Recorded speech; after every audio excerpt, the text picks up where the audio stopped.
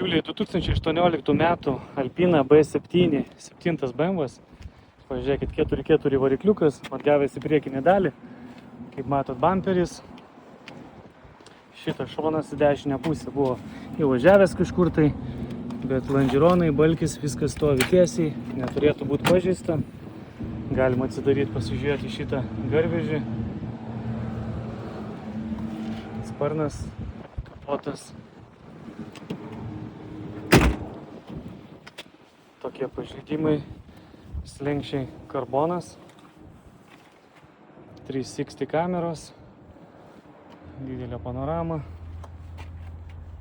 šiek tiek pabraižymų yra ant galinių durų, galinis spoileris taip pat karboninis, 750, 4 varomi, kilimėlių komplektas kaip visą laiką. Viskas gražu, švaru.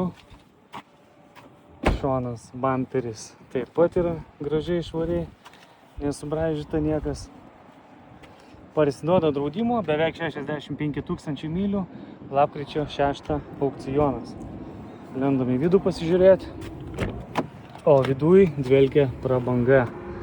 Pasižiūrėkit, graži medžio apdaila, graži ruda oda, visur oda, aptrauktas panelės, durys, Bauer & Wilkinson aparatūra. M paketas, užsiveda ir važiuoja. Labai gražiai atrodo. Juodas lubos, Alcantara lubos. Projekcija ant stiklo. Šildomos šaldomos sėdynės. Nėra rakto turbūt jo. Gaila, nėra rakto, pabandytume užvest, bet yra užvesto variklio video, galit pasižiūrėti oficialioj svetainiai. Čia viskas aukščiausiam lygyje, niekas nesugadinta, nesulaužyta.